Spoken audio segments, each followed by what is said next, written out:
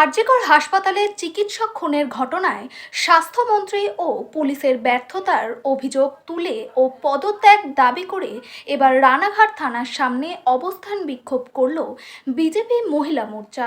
শনিবার বিকেলে বিজেপি রানাঘাট দক্ষিণ সাংগঠনিক জেলার মহিলা মোর্চার পক্ষ থেকে রানাঘাট থানার সামনে বিক্ষোভ প্রদর্শন করেন মহিলা মোর্চার নেত্রী ও সদস্যরা।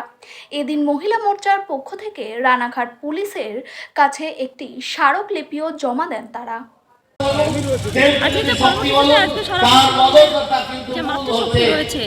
তাদের সবার সাংগঠনিক প্রত্যেকটা পরিবারের মায়েদের আজকে এই ডেপুটেশনের কি ছাড়া পড়েছে কিছু বলুন। আচ্ছা, আগামী দিনে কি আরো বড়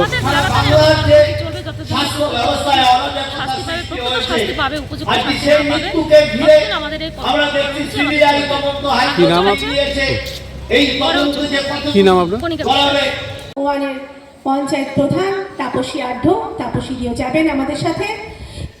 আমাদের এই বিক্ষোভ সমাবেশ চলতেই থাকবে। আমি মাইকে ডেকে নিচ্ছি আমাদের 87 রানাঘাট উত্তর পশ্চিম বিধানসভার 6 নম্বর মণ্ডলের সভানেত্রী সুমনা ঘোষ মহাশয়াকে, আমাদের জেলা পরিষদের সদস্য কৃষ্ণা মজুমদার, কৃষ্ণাদিও যাবেন এই ডেপুটেশন জমা দিতে। আমি সুমনাকে মাইকে আলোড়িত করেছি। এই রাজ্যে 13 বছরের মমতা ব্যানার্জির নেতৃত্বে যে সরকার চলছে, একটা তোষামোদের সরকার, দুর্নীতি পরায়ণের সরকার, সেই সরকারের আমলে একাধিক ঘটনা প্রতিনিয়তই ঘটে চলেছে। কি অপরাধ ছিল আমাদের ঘরের মেয়ে, উদীয়মান একজন ডাক্তার, মেধাশক্তির মধ্য দিয়ে সবেমাত্র